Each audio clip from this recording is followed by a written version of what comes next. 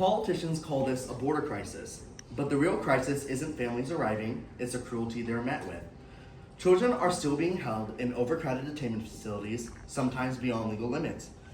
ICE continues detaining people who lived here for decades and have even wrongfully detained U.S. citizens, and officers are often acting with little oversight while leaders argue on TV. This isn't a crisis of numbers, it's a crisis of compassion, and our government has forgotten how to treat human beings like human beings.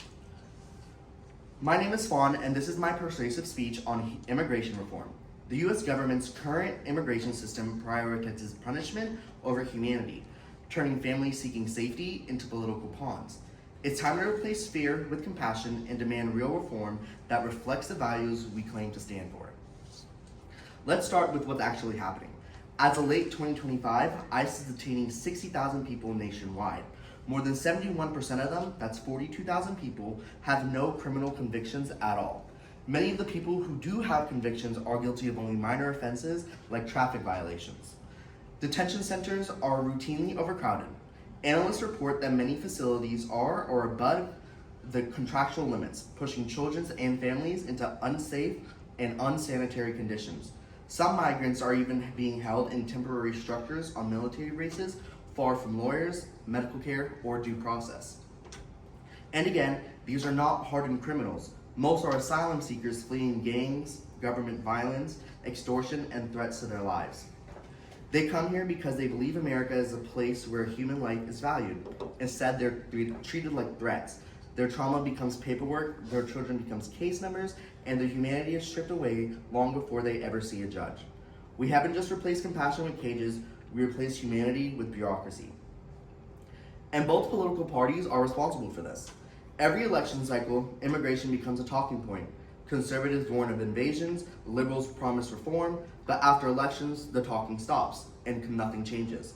This year alone, ICE has carried out aggressive enforcement operations, with some days reaching up to 3,000 arrests. And while politicians say they're targeting dangerous criminals, the government's own data shows the opposite. The majority of those detained have no criminal record whatsoever. Meanwhile, Congress legally funds only 41,500 detention beds, yet ICE routinely detains over 59,000 people, more than 140% of its intended capacity. That doesn't happen by accident. It shows the system is being pushed to extremes for political momentum. Immigration isn't being handled as a human issue. It's being weaponized to energize voters. Real families become props, real suffering becomes campaign material. Our leaders debate humanity like it's optional, and people pay the price. But there is a better way, and it's backed by evidence. Alternatives to detention already exist, and they work. More than 181,000 people are currently supervised through ICE Alternative to Detention Program, or ATD. This program uses community-backed check-ins, case management, and housing instead of cages, and they're proven to be cheaper and more effective. Families enrolled in these programs attend their court hearings at extremely high rates.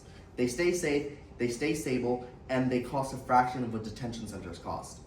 We can also improve the asylum process by hiring more judges, providing legal assistance, and reducing year-long wait times.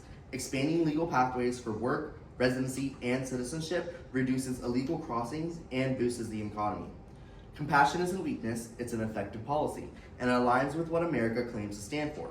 If we can send billions in aid across the world, we can treat people at our own border with dignity. When we look at the numbers, the truth is undeniable. Nearly 60,000 people detained, most with no criminal record, children held in facilities beyond capacity, politicians using families as talking points instead of finding solutions. This is not a border crisis, it's a crisis of values. We say we are the land of opportunity, yet we deny opportunity to the people who need it most. We say we stand for freedom, yet we detain people who have committed no crimes. We say we believe in dignity, yet we allow children to sleep under 4 old blankets. Cruelty isn't fixing anything, but compassion does. When we invest in alternatives to detention, people show up to court. Communities stay safe, and the system becomes efficient, and families get a chance to rebuild their lives. America has resources, and it has the ability. What we lack is the will. It's time to choose humanity over politics, dignity over fear, and a future where families who reach our border find not cages, but hope.